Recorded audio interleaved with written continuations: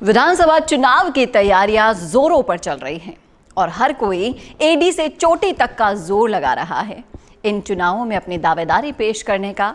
और फिर से एक बार चल पड़े हैं जमीनी स्तर पर वोट बांटने और वोट मांगने की।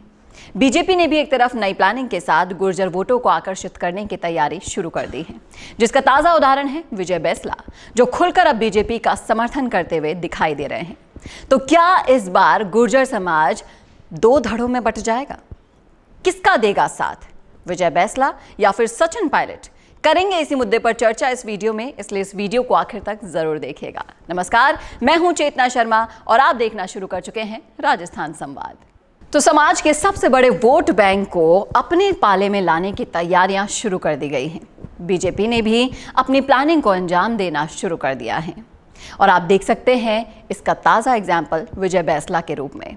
जी हाँ, विजय बैंसला खुलकर बीजेपी का समर्थन करते हुए हर जगह दिखाई दे रहे हैं और गुर्जर वोटों को अपने पाले में करने के लिए विजय बैंसला को अपने पाले में लेना बीजेपी का सबसे बड़ा हथियार भी बन सकता है। बीजेपी के समर्थन में बोलते हुए विजय बैंसला को आप हर कार्यक्रम में नोटिस कर सकेंगे। हाल ही में एक एग्जाम्पल आपको देती हूँ। एमबीसी समाज के कार्यक्रम में उन्होंने बहुत ही बढ़िया स्पीच दी और बीजेपी की राजनीतिक पृष्ठभूमि को मजबूत करने का संदेश अपने समाज को दिया, जिससे राजनीतिक गलियारों में चर्चाएं फैल गई हैं कि इस बार गुर्जर समाज किसका साथ देगा। आपको बता दूं कि एमबीसी समाज पूरे राजस्थान में 72 विधानसभाओं पर अपना प्रभाव रखता है और राजस्थान में 37% रिजल्ट ये लोग तय करते हैं और इस ताकत को समझना बहुत जरूरी है। इनका मानना है कि इनकी ताकत के अनुसार ही विधानसभा में भी इनका स्थान होना चाहिए।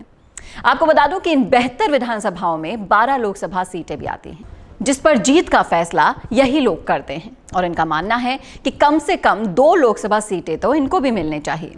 विजय बैंसला अपने समाज को संदेश देते हुए और एकजुट करते हुए नजर आ रहे हैं और उनका साफ साफ कहना है, साफ साफ शब्दों में, कि उनके समाज से लोग आगे आएं जो इस समाज का प्रतिनिधित्व कर सके।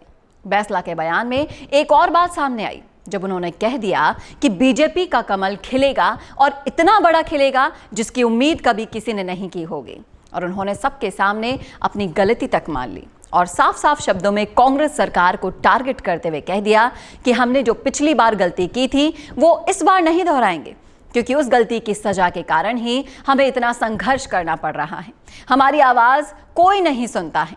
इसी के साथ उन्होंने चेतावनी भी दे दी कि हम बीजेपी को इस मुकाम तक ले जाएंगे जहां पर सभी लोग चौंक जाएंगे कि ये गुर्जर समाज ने क्या किया। और इसी के साथ उन्होंने अंदाजा भी दे दिया कि 156 सीटों का टारगेट तो मैं खुद लेकर चल रहा हूं। अब यहां पर सवाल ये खड़ा होता है कि गुर्जर समाज अब साथ किसका देगा, क्योंकि किरोड़ी सिंह बैंसला को गुर्जर समाज बहुत मानता है। दूसरी तरफ है सचिन पायलट, जो भी गुर्जर समाज से आते हैं और युवा नेता भी हैं।